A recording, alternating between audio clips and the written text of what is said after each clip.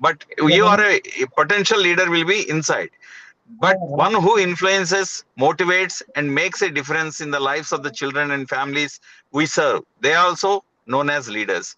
So the leadership in pediatrics begins in our clinics, reflects in our decisions, and extends into our communities, whether it is advocating for children or child health or standing up for ethical practices or mentoring the next generation. Leadership is the responsibility what we all share.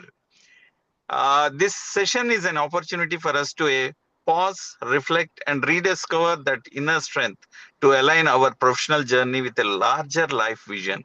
So I am confident that today's discussion will inspire each one of us to not just be better doctors, but strong leaders with purpose and compassion. Thank you and wish you all the enlightening session. Now I request our President Gudur Vijay Kumar sir to give the opening remarks and proceed the meeting, sir. Please, sir, go ahead, sir. Good morning. Good morning. Today's speaker, Anupam Sibal, sir. Dr. Pavan, since the program has started, it has been a very meticulous work from Dr. Pavan and the team. Welcome to you, Dr. Anupam, sir. And leadership, what we should say. We have been doing so many workshops, programs. The team concept of PALS and who is leader depending on the situation. That is one example I can give you as a professional pediatrician. That way, welcome to you, sir, in the leadership, seeing the other aspects of life which are even important to improve us in the profession. Thanks again to all the efforts of Pavan and team. Over to Dr. Anita Madam and Anupam Sibal sir, today's our guest speaker. Thanks, sir. Over to Dr. Anita for introduction of Anupam sir. Thank you, sir, for the sweet and short introduction. Good morning, everyone, and welcome to today's session on the Sunday morning. Find the leader within. We have the expert, Dr. Anupam Sibal, with us. First of all, one is a leader born or made? There is a false notion. Leaders are neither born nor made. Leaders choose to be leaders. So today, on this time, every one of us has chosen to be a leader and find the leader within us. So for this, we have our expert here, Dr. Anupam Sibal. Sir is a leader himself, and he is a wonderful academician, and he has achieved so much in his life, and he's going to share his experiences, expertise, and the roadmap to find a leader within us. Sir is a group medical director and senior pediatric gastroenterologist and hepatologist of the Apollo Hospital group. And he heads the entire department for all the Apollo Hospital units in the whole country. Okay, he is the member of Regional Middle East International Advisory Board of Joint Commission International since 2011. He's an honorary clinical professor at Macquarie University, Sydney, Australia, and a visiting professor at the University of Greater Manchester. Dr. Anupam is a member of Institute Body JIPMER, Chandigarh, and he is member of Expert Committee for reviewing Ayushman Bharat Pradhan Mantri Jan Yojana.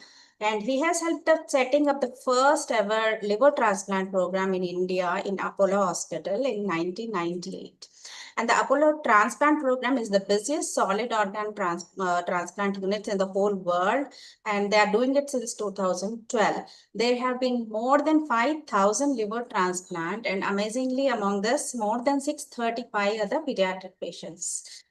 These were his career and leadership qualities and his professional details.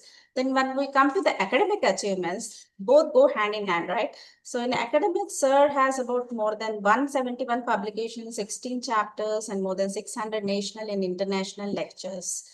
As an editor for a textbook in pediatric gastroenterology and hepatology and nutrition, which was published in 2015 and again in 2025 by JP Publishers. Sir was also a co-editor at Qualitonomics Healthcare Quality Simplified, published by HarperCollins Publisher in 2023. And of course, Sir has authored the national's bestseller book, Is Your Child Ready to Face the World? This was published by Penguin Publishers.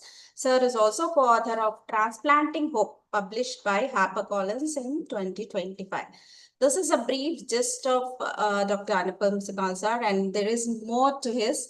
We are eagerly looking forward for your presentation, sir, and hope you will enlighten us to find the leader within us, because leader is the one who knows the way, goes the way, and shows the way. Over to you, Dr. Anupam Sibal, sir. Thank you. Thank you very much, Anita, for that very kind introduction. Big thank you to Pavan for this invitation, and like to thank Dr. Sridhar, Dr. Vijay for their opening remarks. So the plan really is to share with you my thoughts, and then we'll have enough time for a Q&A.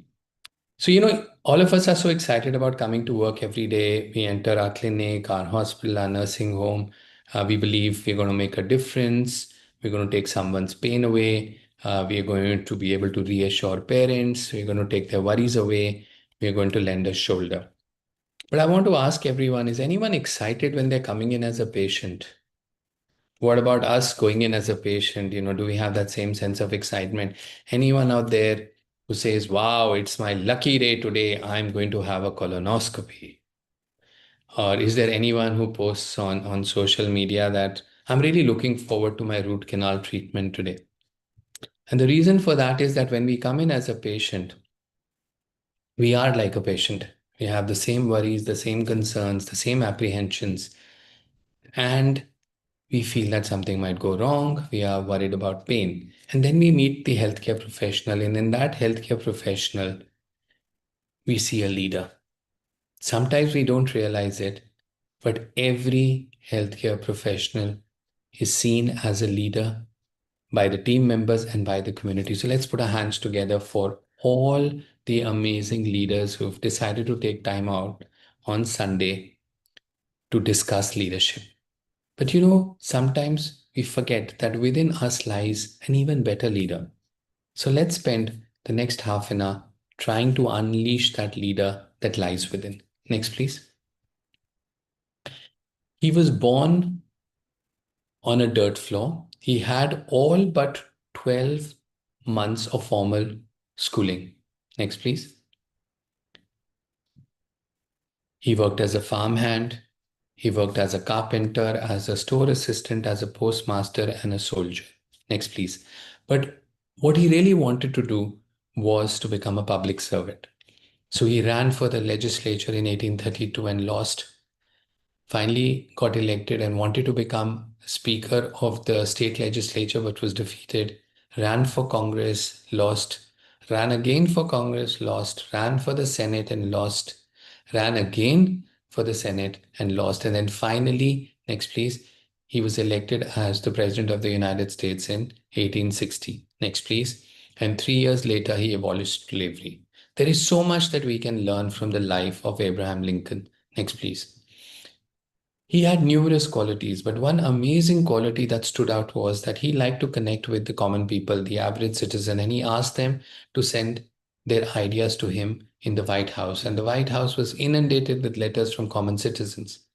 He had this amazing ability to be a great listener, a deep listener. And I think each one of us can learn and imbibe that one quality among many others that he had that would make a big difference. And the reason for that is that there was a study that recently showed that it takes 18 seconds for a patient to describe her or his primary complaint to the doctor.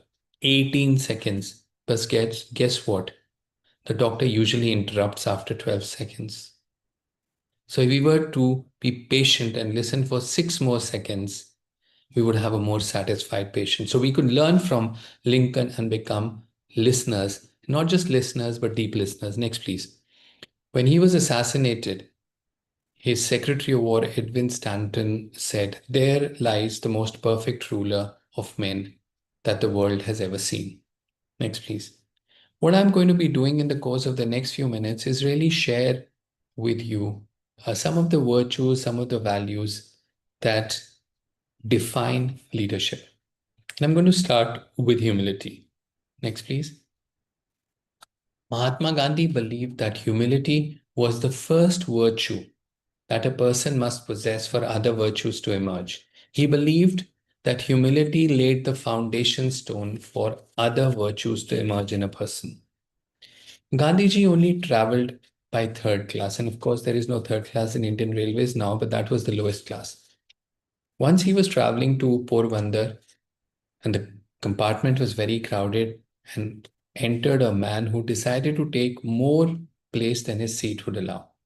So he sat next to Gandhiji, pushed Gandhiji, even put his feet on Gandhiji's lap, and this went on all night, and Gandhiji didn't complain. So as the train was getting into Porbandar, this man rose from his seat and announced to everyone, you know, why have I come to Porbandar? I have come to Porbandar to meet the great Mahatma Gandhi, not realizing that he had spent the entire night in the same compartment with Gandhiji, causing him much discomfort. As Gandhiji got off the train onto the platform, there were thousands and thousands of people there to greet him. And that's when this man realized what he'd done. And he fell to Gandhiji's feet asking for forgiveness. And Gandhiji said, well, you must be respectful of every man and woman you meet, irrespective of who she or he is. Next, please. There was this neurology resident working in a hospital, and a patient in his early 30s was brought in after a road traffic accident. This patient was very sick. There was multiple trauma. He had a hemothorax. He went onto a ventilator. Then he developed a lot of complications. He developed renal dysfunction, and he was in the ICU for a long time. And a decision was finally made to move him to a step-down facility, eventually to a nursing home. A year later, this resident, this neurology fellow, ended up seeing someone who looked familiar, and that patient walked up to him and said, do you recognize me? And the fellow was a little surprised because he couldn't quite place this person. And he said, I'm that 30-year-old who had that traffic accident, and most people believed that I would not be able to go back to a normal life, and look at me today. And that's when this fellow wrote, and he said, seeing him, I realized that there's definitely something more than medicine that's working here, making this outcome possible. And he said that he learned a lesson in humility. We think we know so much, but in reality, we don't. Next, please.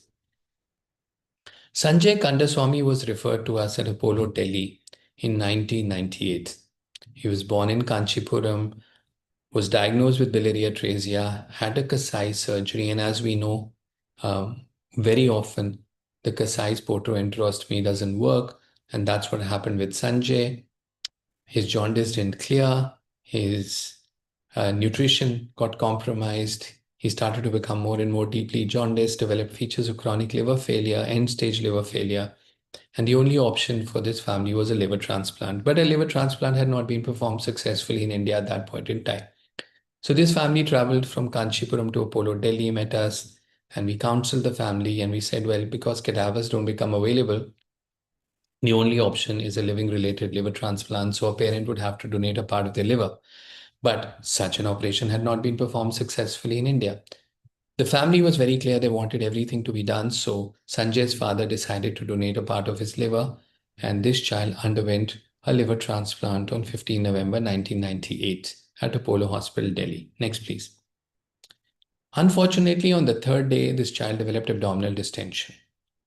And we understood that this child has a perforation. Perforations are common after liver transplant in babies with biliary atresia because they initially have had a Kasai. So, there are a lot of adhesions, and this child underwent a laparotomy.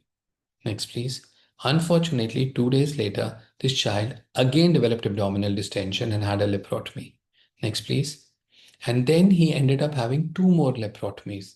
So imagine a Kasai procedure, a liver transplant, 1 laparotomy, another laparotomy, and 2 more laparotomies. This child was obviously on total parenteral nutrition and on a ventilator. About 2 weeks into his illness, next please, his pupils became fixed and dilated one morning, and there was doom and gloom in the ICU because there went our hope of saving this life and establishing liver transplantation. So as we were feeling very low, something miraculous happened that evening. The pupil started to react again. Now, I have never seen this happen again in my life. Here was a child who'd had a very, very rough post-liver transplant course, whose pupils had become fixed and dilated and then started to react, thankfully. He was on a vent for 7 weeks. Next, please. He was on PN for 8 weeks. And today, PN for 8 weeks is easy. But at that time, I'm talking about 1998, having a child on TPN for 8 weeks and being on a ventilator for 7 weeks in an immunocompromised state wasn't easy. Next, please. And finally, we were very relieved when at 100 days, Sanjay went home. Next, please. This is him at discharge with his father and his mother. Next, please. This is Sanjay a year later at the All India Transplant Games, and you can see a very young Chandrababu Naidu, who was then the Chief Minister of United AP and Telangana. And there's Sanjay, his mother, and I'm there as well in the background. Next, please. This is Sanjay 3 years later. Next, please. Sanjay 6 years later. Next, please. 9 years later. Next, please. 12 years later. Next, please. 15 years later on the cover of the Week magazine. Next, please. Sanjay decided to become a doctor. He pursued medicine. Next, please. He is now doing his post-graduation. And when we celebrated 25 years of successful liver transplantation in India, we invited Ms. Dimple Kavadia because we felt that she would be the right person, because I don't know how many of you remember Dil Chahta Hai, and she died of liver failure because there wasn't a liver transplant possible. So she said that, well, if this movie is made again, they'll have to change my character because I would have received a successful liver transplant.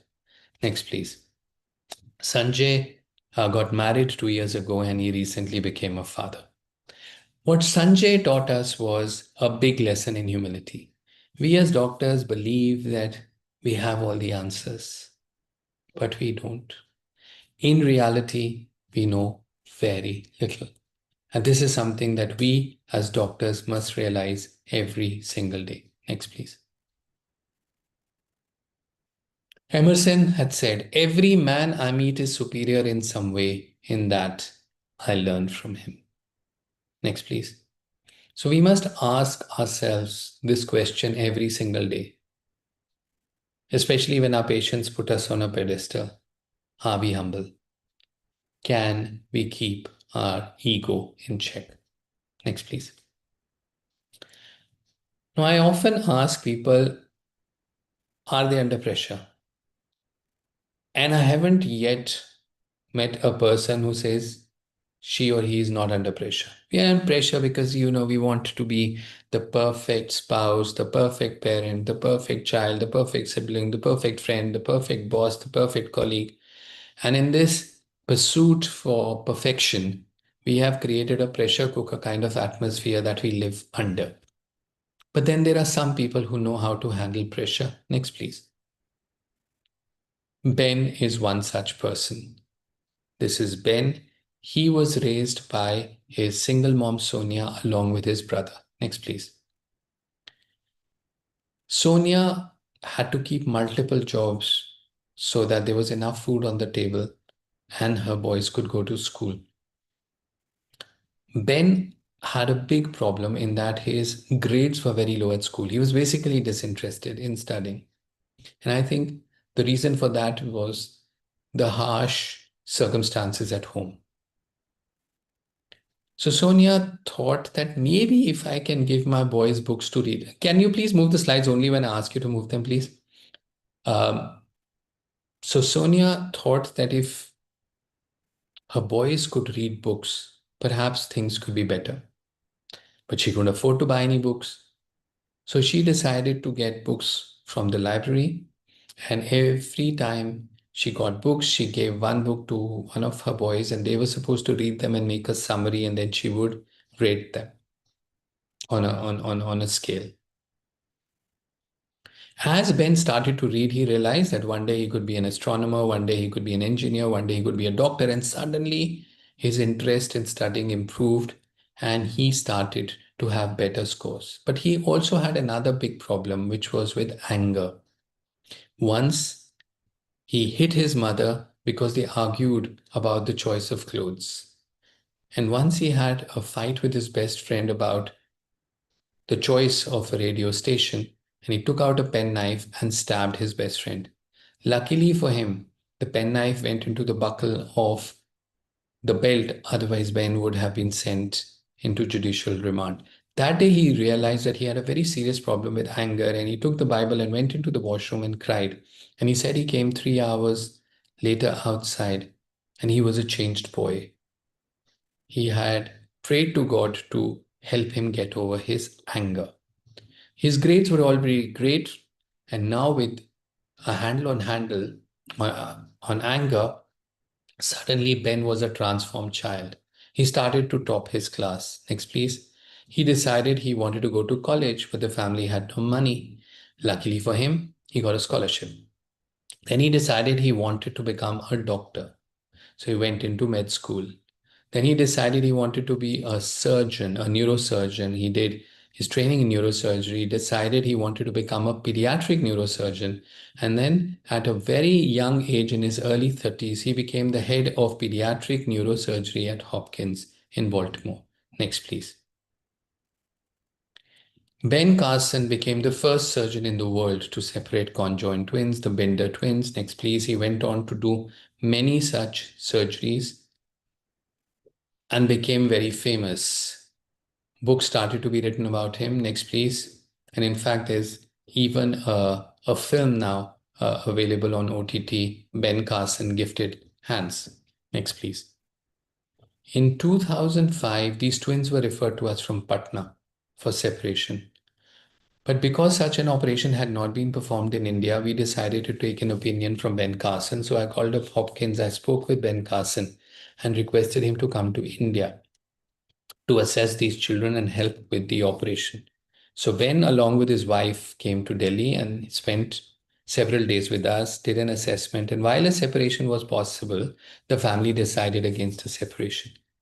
The time that Ben spent with us in Delhi allowed us an opportunity to understand Ben's philosophy.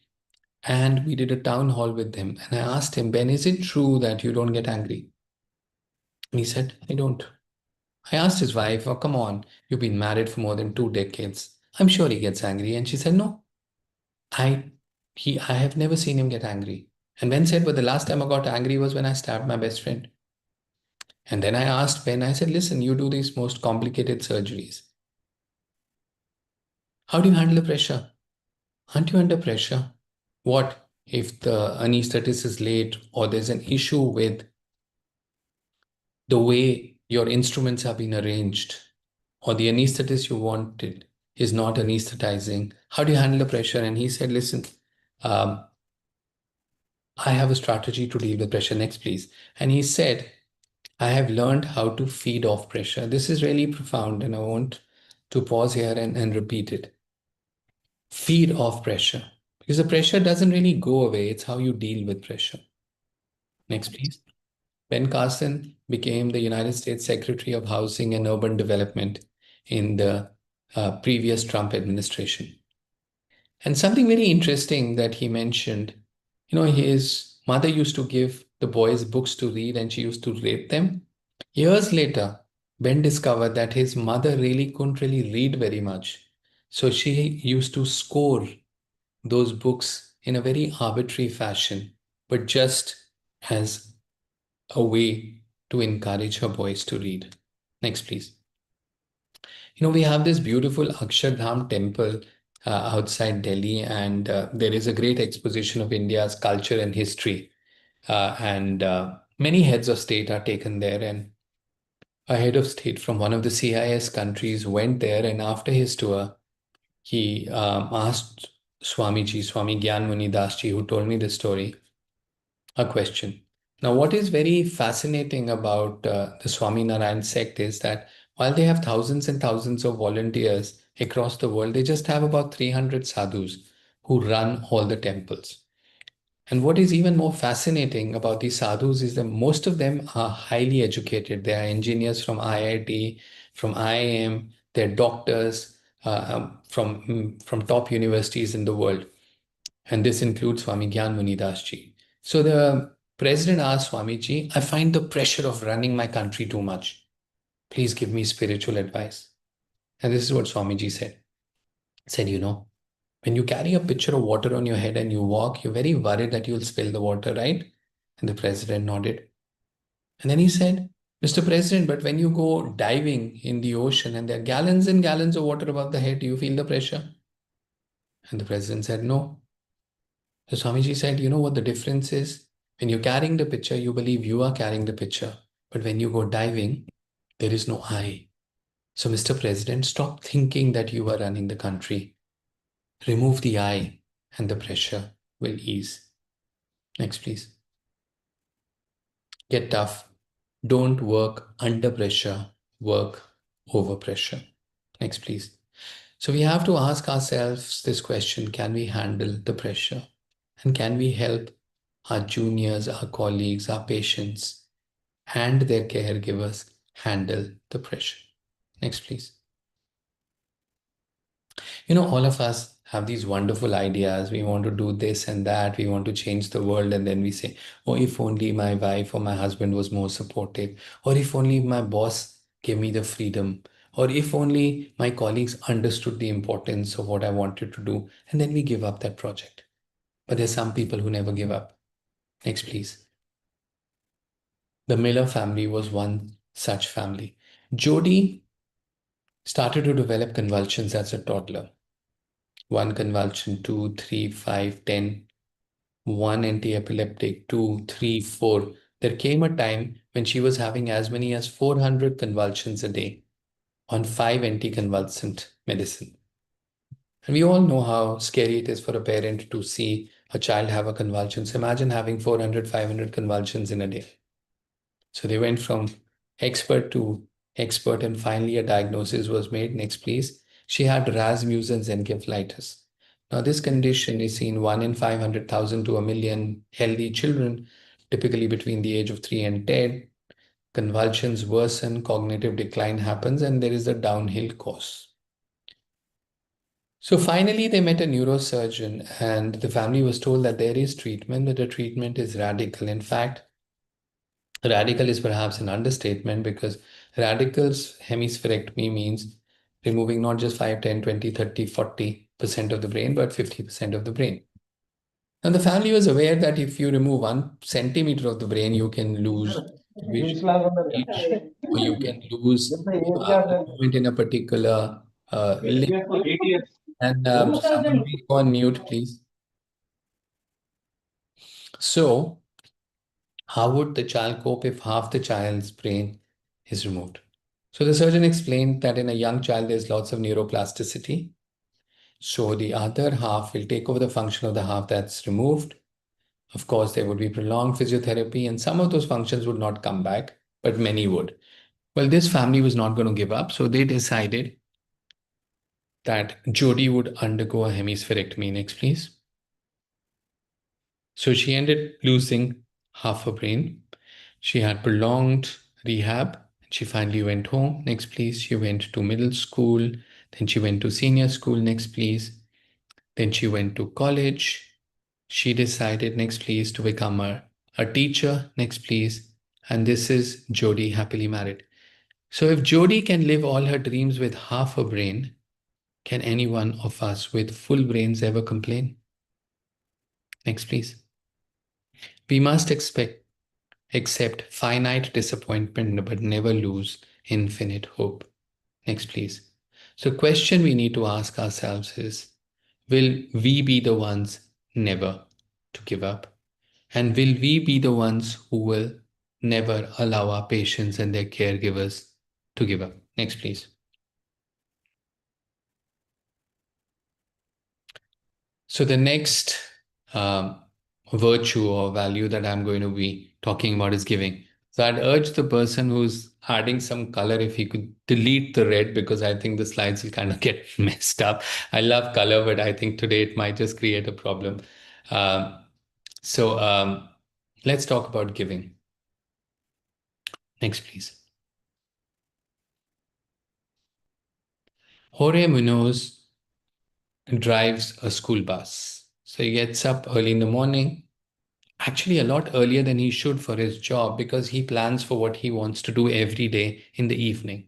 So after he finishes his job of picking up kids from school and dropping them home, he actually takes meals to workers in Queens and offers them free meals. He uses 1/3 of his earning every week. He's been doing this for years. And because he has to end up spending so much time making these meals, he has no time for friends or hobbies. And when he was asked, why do you do this day in and day out? Horace said that the smile that I see on this person who's waiting for that meal is immeasurable. And that's why I do this every day. Next, please.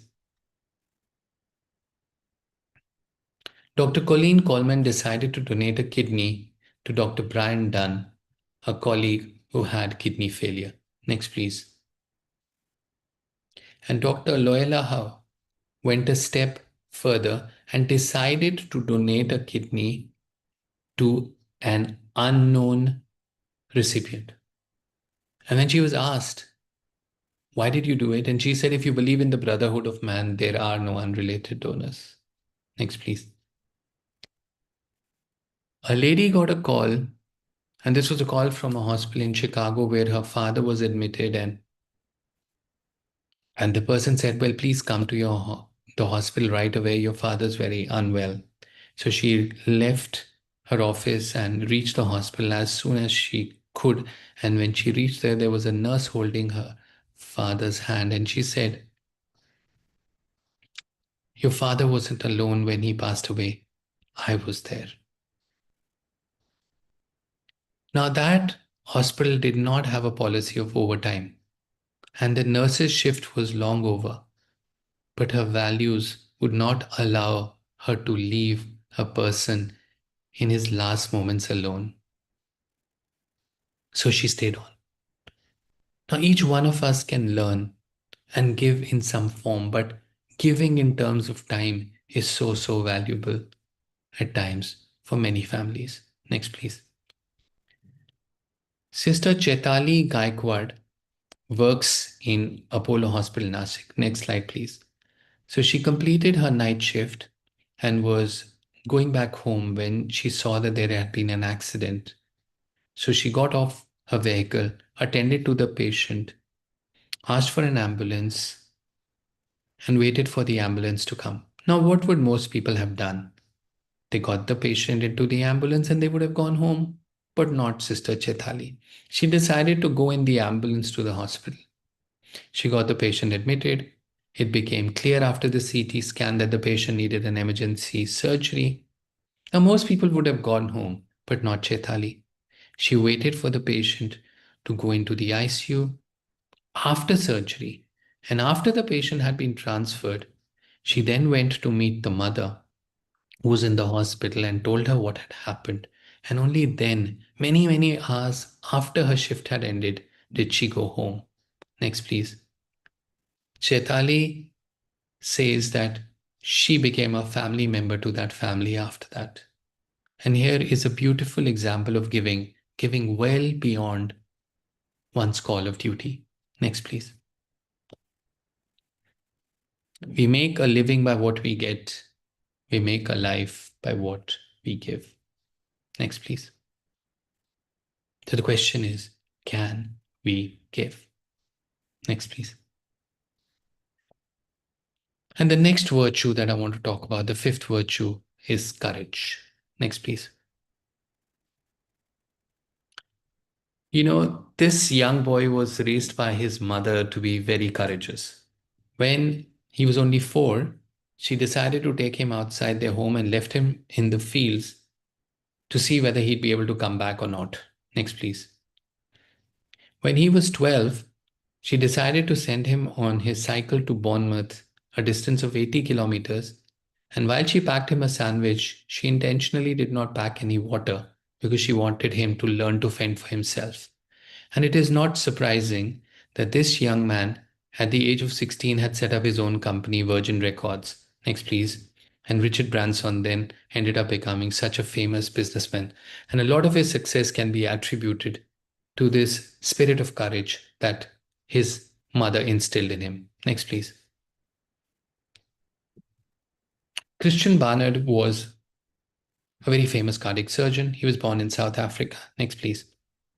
He'd seen his brother die at the age of 5 from a congenital heart disease.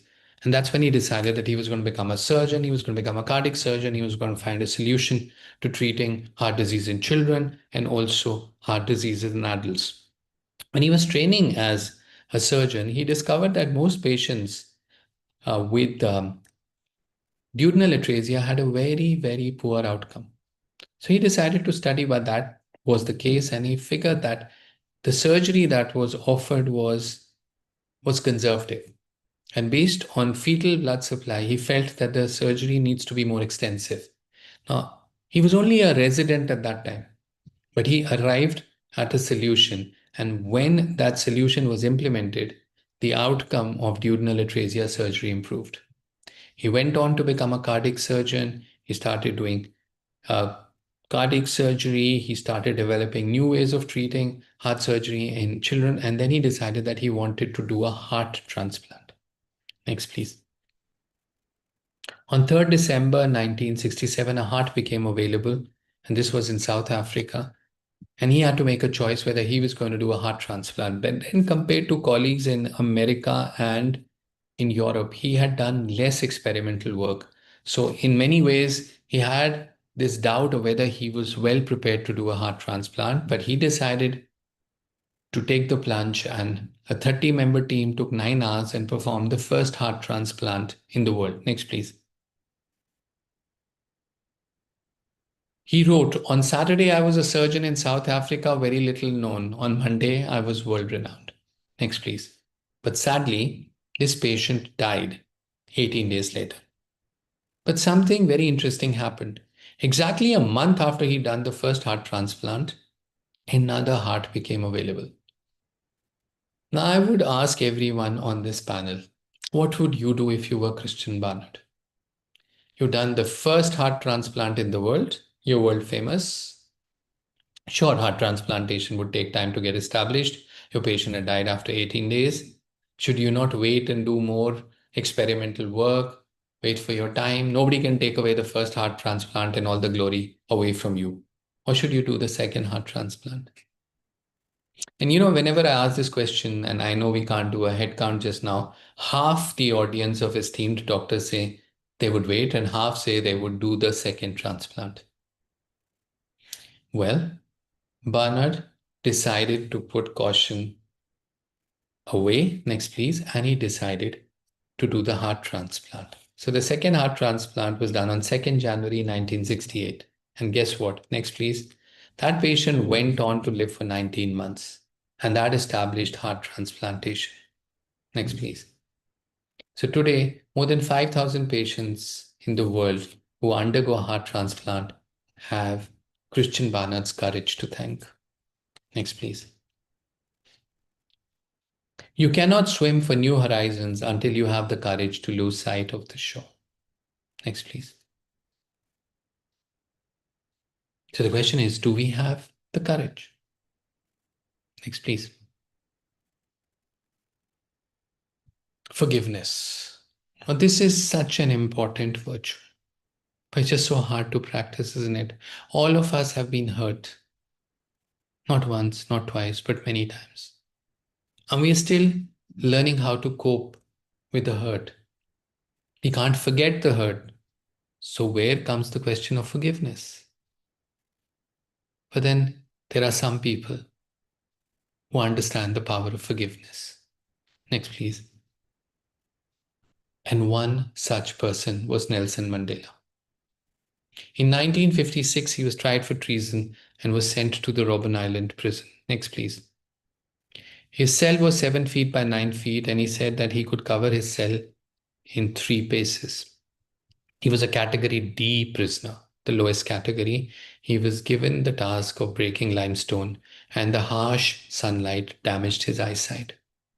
As a category D prisoner, he could have only one visitor once in 6 months, and he was allowed to receive or write only one letter once in 6 months, and that too was edited.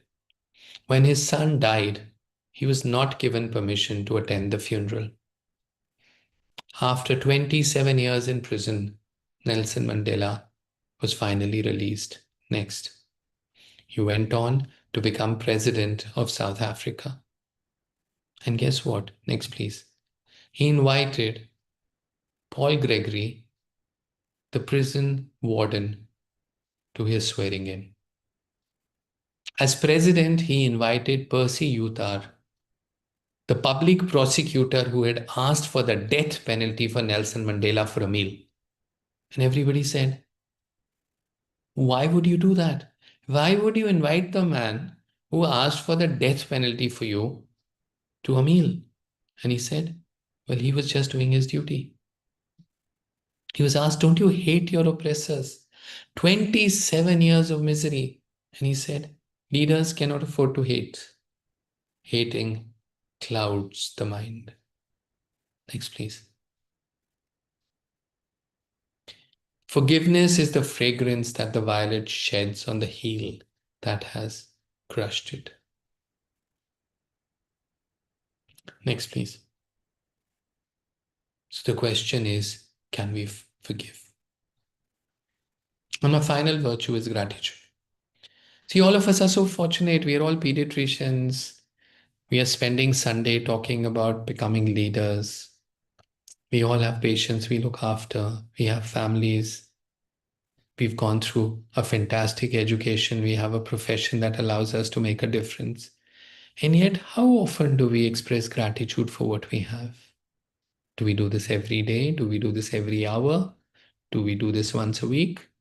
And then we quite often complain when we see our children not expressing gratitude and say, like, you take everything for granted. You don't know what I've gone through. For you, everything is fantastic. But how can our children learn to express gratitude when they have not seen their parents express gratitude every single day and many times a day? But then there are some people who know how to express gratitude. Next, please. And one such person was Arthur Ashe. Arthur Ashe was the first African American to win the US Open. He won the Australian Open in 1975. He won the Wimbledon, a match where he defeated Jimmy Connors and described by many as one of the finest matches in the history of Wimbledon. At the age of 36, he had a heart attack. He then had bypass surgery.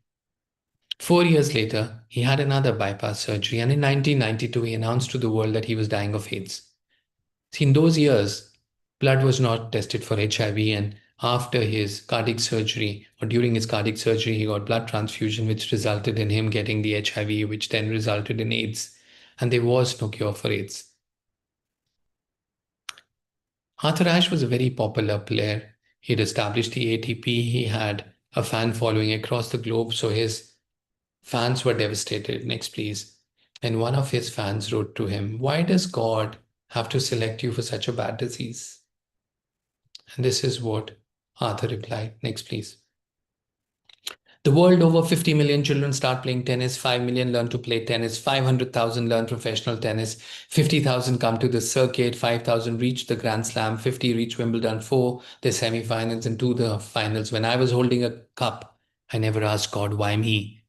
And today, in pain, I should not be asking God, why me?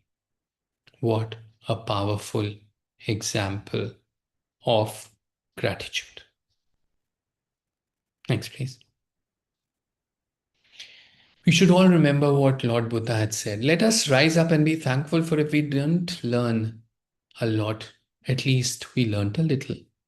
And if we didn't learn a little, at least we didn't get sick. And if we got sick, at least we didn't die. So let us all be thankful.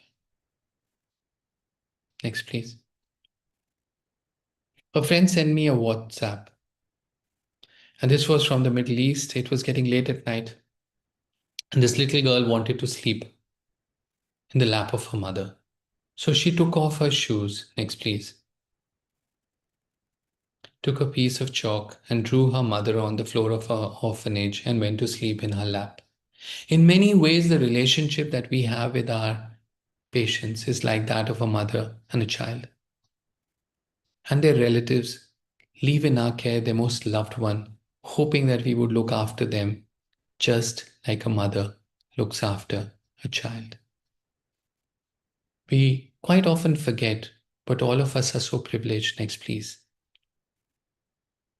What we do each day is God's own work. We are the chosen ones.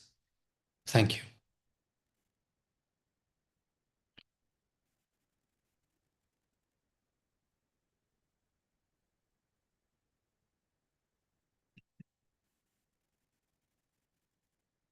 Thank you, sir. Thank you for the excellent presentation. And we've learned so many things from all the examples all over the world which you have given. It's just an eye opener, and the way you present it in the sequential manner, what are all the qualities of a leader, that is really amazing. Such a wonderful presentation. Very good. Yeah. So if you have, can you stop the slide share, please?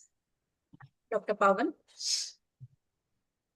We in the medical profession should remember that, as Swami Vivekananda has quoted, take risks in your life. If you win, you may lead.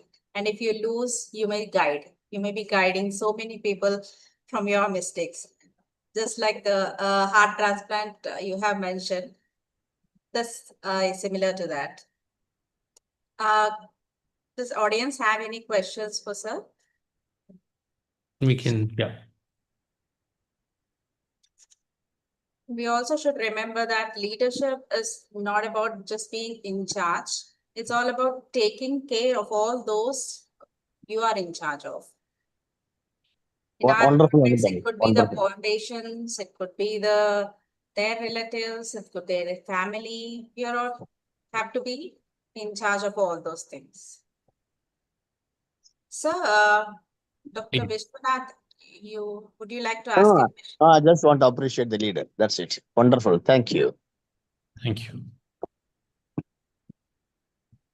Sir, now we know why you have become the international speaker and most cherished person from India who has spoken on many international platforms about this. Thank you, sir. We have seen how you have become a leader. The way you have conducted the entire session is amazing, sir. So challenges have come. You are very cool, and the way you handled is really amazing. That as you have demonstrated the leadership in the live to all the audience. Thank you so much. Personal impression on me. Thank you so much, sir. Thank you very much. It's a privilege. Can you please give us a short inputs of how we can incorporate these in our day-to-day routine? Sure. So, Anita, the first thing is a realization that we can be better today than we were better tomorrow. It's really interesting, and I've had the opportunity of interacting very closely with Dr. Pratap Reddy, who's our chairman. He's 93 years old. He comes to work every single day. During COVID, he came every single day. He was the first person in Apollo to take the vaccine because he said, I must lead by example. And I interact with him a lot. I talk to him every week. And, in every conversation, he starts off by saying, what good things have you done today? And he said, what are you going to do today that was better than yesterday? 93. These two questions every time. And I think the realization that can I be better today is deep. It's very profound. It's simple, but it's very deep. And if every morning you say, okay, how can I do something better today than I did yesterday? Well, that's really setting the foundation. And then, of course, it it depends on what is it that you want to do. Is it a particular skill set that you want to improve? Is it your interpersonal relationship? Is it your behavior with your colleagues, family, juniors, friends? Is it about increasing your knowledge or expertise? There's just so many different aspects. Is it being calmer? Is it being more productive at work? Is it about leading a more fulfilling life? Is it about a work-life balance? It's about deciding what is most important for you in life. Is it about getting a routine, which we keep reading about? Uh, Also, making time for our own physical and mental health. Is about ticking all the boxes. So, it all depends on what is important for that person. But once you realize that, listen, I need and I can, and I definitely have the potential to become better, and you start writing it down, because writing helps. And I was reading somewhere that, when we type on our phone, which all of us do, it's not the same as writing. Writing is, more powerful. And like, I have this little diary. I have a lot of these diaries. I know I have 30, 40 of them over the years that I've filled. So when you write, every single alphabet makes you think to compose the word. And so it's more deep. So write it down. This is what I want to do, and start with baby steps. So if you decide that you're suddenly going to be able to write a book, for example, it's very daunting. So, okay, fine, I will think about it. Maybe I'll write 5 lines every day. And then over a year, that's a lot of lines. So that's just one example, but it's baby steps that you decide to commit to every single day, and then they make a big difference. And one of the big things is about reading a lot and learning from others and getting inspired. And listen, none of us have the time to read a book every week. It's just too much. We don't have the time. I mean, let's face it, there's just so much going on. So there are, ways of doing this, and I, for one, read a lot on Blinkist. Now, Blinkist is an app where you get the summary of a book in 20 minutes. So you can listen to it, you can read it. So it gets you a lot of valuable information, and you can underline it, you can make notes. And most of my books are on self-help. And then you go back and look at them. And if you want to buy a book, you go buy a book and read the whole book. So this is just one example, but there's so many. And of course, there's this thing about getting up early in the morning when the world is asleep. That's the time you can achieve a lot. And that kind of is something that people over and over the world have talked about. And of course, one of the things for me was to write a book. So I slowly wrote a book, and a lot of the things that I mentioned are available in the book. It's called Is Your Child Ready to Face the World? And it talks about virtues. It talks about 18 virtues and values. While it is about parenting, it's largely about self-improvement. And if you want to become a better parent, you have to become a better person first. Yes, because modeling is the first one thing. What you expect from your child, you have to display from your side. You have to walk the talk. Yes, yes. And I guess there was one quote by Stephen Covey that says the leadership is the highest of the arts because simply it enables all other arts and professions to work. So it is such an integrated capability which needs cooperation from different spheres of your personality, your atmosphere, your interpersonal skills, and whatever we need. As much as you have listed in your talk, there are so many virtues which you have to add to this leadership. That's Yes, wonderful. Anubhav, just on Anubhav, you mentioned about some app about this reading and then writing. What is that? Not Please repeat. Blinkist, not Blinkit. It has Blinkist. an ist, Blinkist. It's older than Blinkit. It's a German app, but it's easily Thank, available. Blinkist. Like, thank you. the idea is like to be able to, it talks about blinks. So a book in 7 blinks or 10 blinks. Thank you. Thank you. So one more question, sir. With your vast experience, you must have faced many contradictory statements, like contradictory opinions. I mean, you have planned out something for the entire unit or which you are heading or the place which you are working on, and there will definitely be oppositions from some people. So how did you handle all these things, and how do you keep yourself calm and present it in a very effective manner to the opposing persons? I think calm is something that each one of us needs to work in. And if you ask my wife and you ask our son, they are both going to say, I'm not calm and I need to be a lot calmer. So I guess it's a journey that continues indefinitely till your last day. But in terms of managing conflict of a difference of opinion, that is inevitable. It's going to happen every single day. If you have the responsibility of looking after multiple people, then that will happen all the time. So the key is, of course, to listen with an open mind and not make a rash decision. We tend to, in today's world, everything is instantaneous, right? You order coffee on the go. Kids these days, they want to stand in a queue for anything. They would have booked their tickets online. So when they go in to watch a film or something, the ticket should be ready. Everybody's impatient.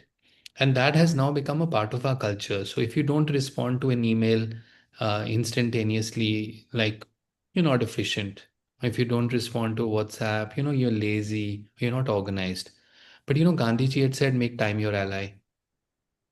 Anytime you make a decision or you send out a reply or you respond in a hurry, you tend to not give the best response. Because just visualize and think. Somebody writes something rude, you respond.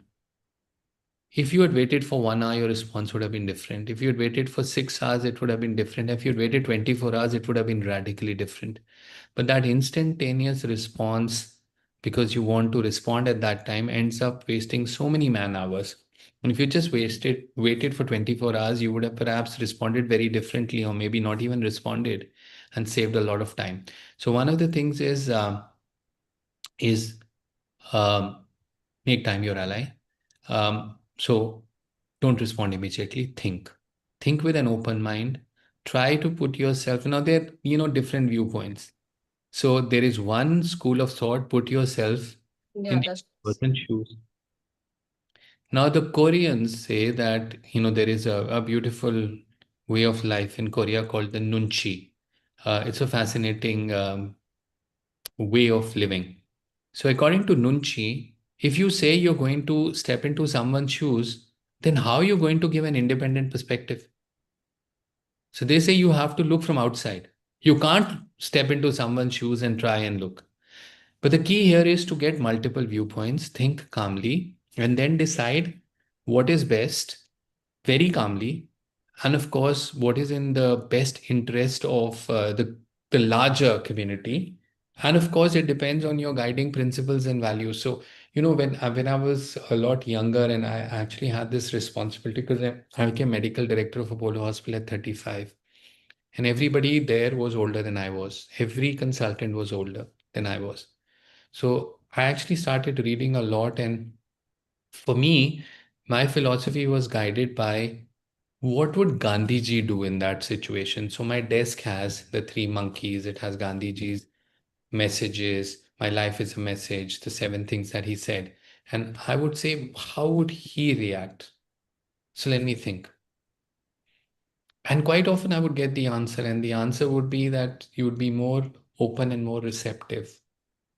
And so they say that you should get a spectator, an indifferent spectator in your life, and it can be anyone you want.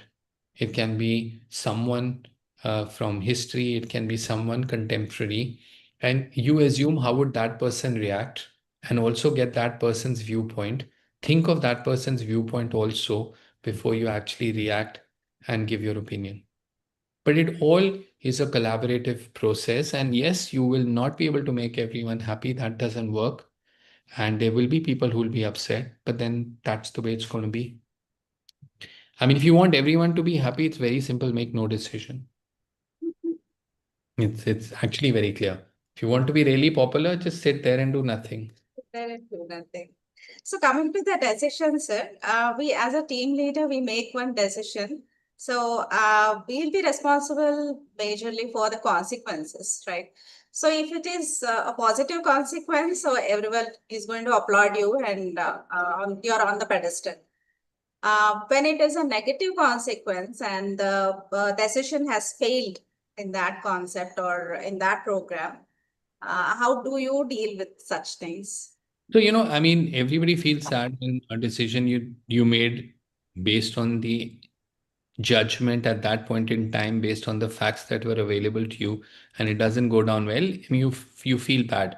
But then you look back and say, did you do your best? And if the answer is fine, well, you did your best. You don't have to worry about results. In that sometimes they don't pan out the way. And I'm not trying to be philosophical and say, listen, keep working hard and don't worry about results. That's a great goal, but it's very hard. because if you work, you want the results, right? Yes. So sometimes it doesn't work out, and then, that's okay. I mean, something very interesting. The foreword of my book was written by Mr. Bachchan. And there is this story that, he wanted something and it didn't happen, and he went to his father, and he had a very beautiful relationship with his father, Mr. Harivansh Rai Bachchan. And Mr. Bachchan Senior said, it's okay. मन की तो अच्छी और मन की नहीं तो और भी अच्छी. So Amitabh Bachchan said, what is this?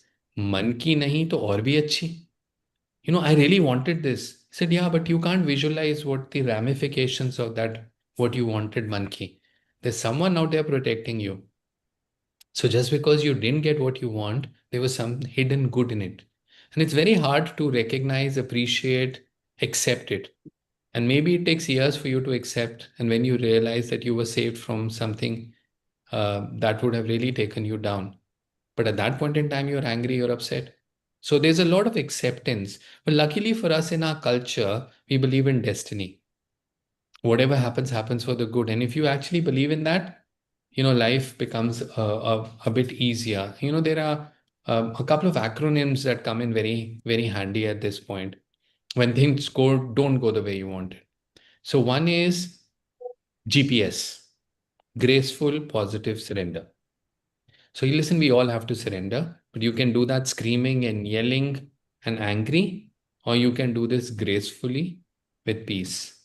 So if you actually do graceful, positive surrender to God, to the higher good, life becomes a bit easier. And the second is, see, we believe we control things. We believe we make all the decisions. We believe we have all the power. The reality is we have none of that. So sometimes when you get overawed, just think of PTO, right? And PTO is please take over, right? In a sense, actually, he has taken over anyway, but it's just an acceptance. Please take over. I can't handle it. Please take over. So PTO, GPS. Truly, sir. In spite of several efforts, we may not achieve what we want. So there is one, I don't know who written that, but what is meant to be, it will be. If it is Yeah. meant to be in your path, it will happen no matter what. Yeah. That is like takeover. God Yeah, has taken absolutely. hold and it will happen no matter what. If it is meant to be in your life, it will definitely happen. If you go on trying, if it is not meant to be in your life, it's never going to happen. That is a philosophical part, right? Absolutely. Absolutely. Not a penny less, not a penny more. So if it's meant to be, it's going to happen. It's like, that raindrop finds you, when you get wet in the rain. Where was the cloud? Where did it actually get created? And the raindrop actually finds you. So if it's meant to come to you, it will. And if it's not meant to, you can do anything under the sun and it won't. So it again comes back to GPS. Yes, fantastic, sir. Yes, So I think yes. gratitude is one thing which I really love to take it. As the statement goes, quote goes like, a complaining mind is never peaceful. A complaining mind is never peaceful. A grateful heart is always peaceful. So I think we have every moment. If we check ourselves, that are we grateful? Either complaining, if you are complaining on something, it's like a notifications coming that something wrong with you. You can be never be peaceful. So just switch. The greatest weapon of human being is to switch one thought over another thought. So if you are started noticing that you are complaining about something, immediately switch it to grateful heart. I think that quotation is very good, sir. Why me? Why me is really made a day for me. I think, thank you so much, sir, for that. So there's one particular question that's come in, which is about perfection.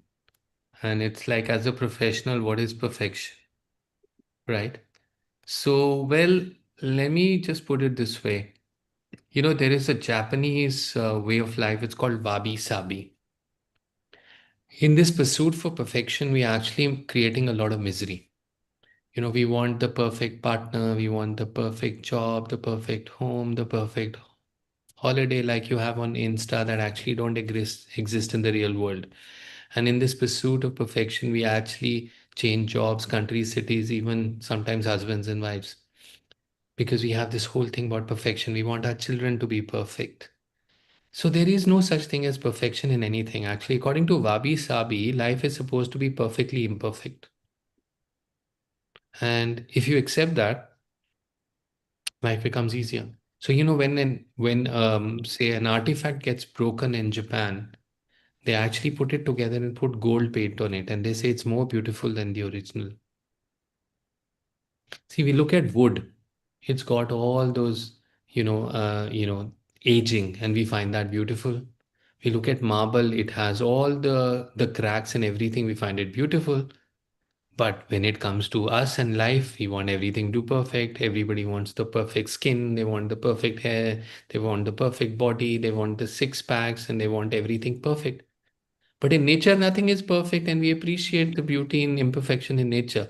So, according to Wabi Sabi, life is meant to be perfectly imperfect. Accept it. And the moment you accept it, life becomes easy. So, as a professional, I don't know what is perfection that you should see. You give it 100%. You do this with all honesty, and you hope for the best. Sometimes it'll work out, sometimes it won't work out. That, to my mind, is perfection. Giving it 100%. That is perfection. Yes, and as a leader, we should also reinforce that we are giving our 100%, because when you are in the role of leadership, everyone expects perfectionism from you. And any sort of imperfection in anything, nowadays people take in the other spheres also. We are working in our medical field, and they may dig into our personal field and say, oh, this is so bad, this is so bad. Absolutely. Because You look at parents today, they want kids to get into IIT. There are 23 IITs, but it's not good enough to get into IIT. You have to get into the top five. There are 21 IIMs. Getting into IIM is not enough. You have to get into A, B, or C. In fact, our son runs a company where they work with young children, and they help children get into Ivy League schools in the US, and top MBA schools in M7. And they always say, listen, your aspiration might be Harvard and Stanford and Wharton and Columbia. Fine, nothing wrong with that. But you also have to have a set of schools that you must apply for that might actually be very good for your personality, for what you want to do for your career. But this whole perfection thing, it has to be this, this, this. The others are not good enough, which is not really true. I mean, what is wrong with I am number 21? Nothing. It's still very hard to get into. I'm sure they produce amazing, amazing managers. truly, sir, wonderful. There was one question about books. So go to Blinkist. It has like thousands and thousands of books. So go into, they'll tell you self-help, it'll tell you about success, it'll tell you about negotiating, it'll tell you about communication, it'll tell you about whatever. They have a whole bunch of books on every single topic. So it's fascinating, and it's 15 minutes a book. Wonderful. So before we conclude, I'll just reinforce your talk, sir. The highlights being what we have to adapt as a leader. First one is humility. Second one, check your ego. Third, learn to handle pressure with peace. Address your anger issues and develop an attitude of never give up. Practice giving. Be courageous in your interventions or in your projects, whatever decisions you make. You should have a good risk-taking abilities, of course, before weighing all the pros and cons. Develop an attitude of forgiveness, gratitude, and give time before you respond. Do not react, but respond. Give it a proper time, think over and respond. So to finally say, can you just give us 3 points which are very important to inculcate in your daily life, in our daily life? Well, Go on this. before I get into that, there's this question about about which values are more important, or which is most important. To my mind, humility is the single most important, because if you're humble, then you realize that you need to learn more. And so you're eager to learn. So humility, to my mind, is the single most important virtue.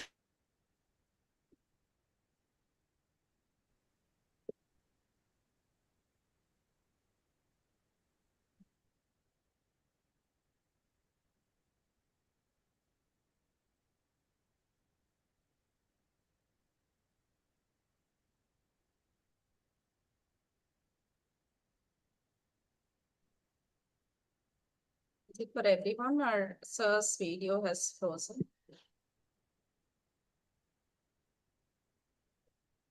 Yeah, I think it's frozen, sir. Video is frozen. So before, I'll yeah, just play a video. Can you see my screen? yes, Anita, yes. Yes, ma'am. Can you play the sound? While sharing, you select the sound. Before sharing, there is an option like when you share the screen, so select audio also there. Close it and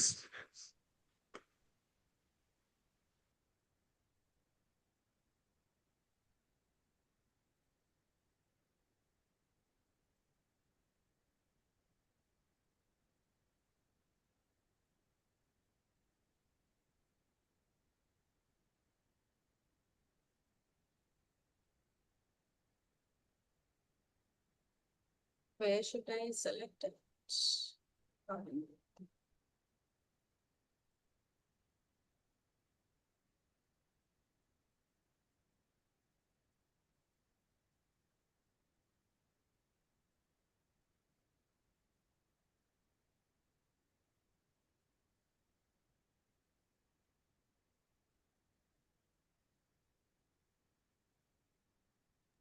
Anita, can you see my screen? Are you sharing? Yeah, yeah. Can you see my screen here? I have to stop. I have to stop. Yeah. Can you hear the voice also? Yeah. Can you hear the sound also? Yes. Yes. Yeah, I think then I'll play it full screen. 1 second. Thank you. Thank you so much.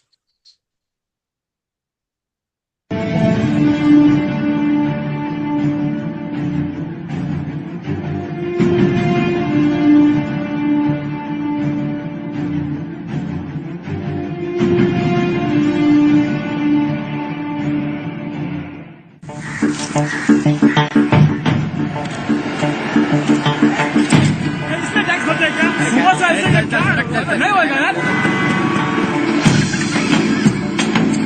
Sir आपके लिए उस पार car का इंतजाम किया है sir आइए sir चल चल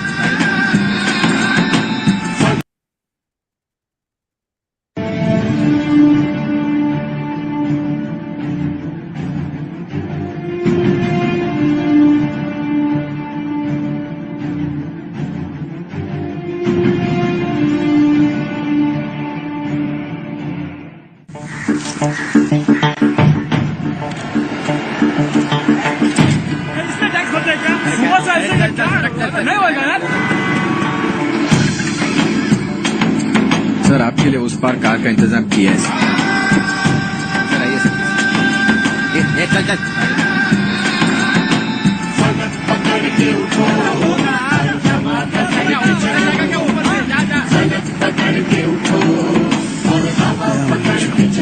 I hate this country.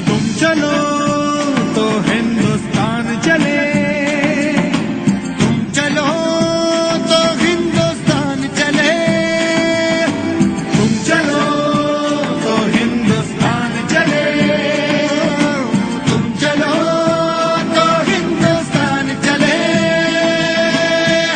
लगा हाथ के सूरज सुबह निकाला करे हथेलियों में भरे धूप और उछाला करे ओ लगा हाथ के सूरज सुबह निकाला करे हथेलियों में भरे धूप और उछाला करे उफक पे पाँव रखो और चलो अकड़ के चलो उफक पे पाँव रखो और चलो पकड़ के चलो फलक पकड़ के उठो और हवा पकड़ के चलो फलक पकड़ के उठो और हवा पकड़ के चलो तुम चलो तो हिंदुस्तान चले तुम चलो तो हिंदुस्तान चले हिंदुस्तान चले चलो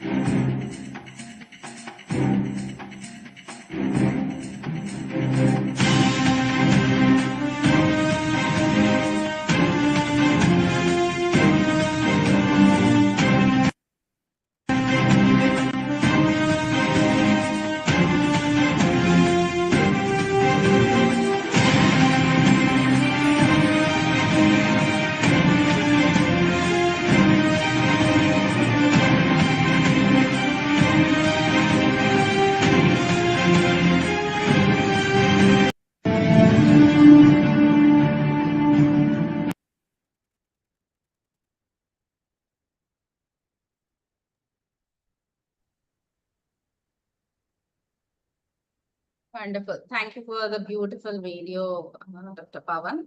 It was amazing to see and learn more about leadership. Welcome back, Dr. Anupam Sibal. Sorry, my The apologies. last one question, the 3 core Okay, components sure. of being a leader. So the first thing is, as Gandhiji had said,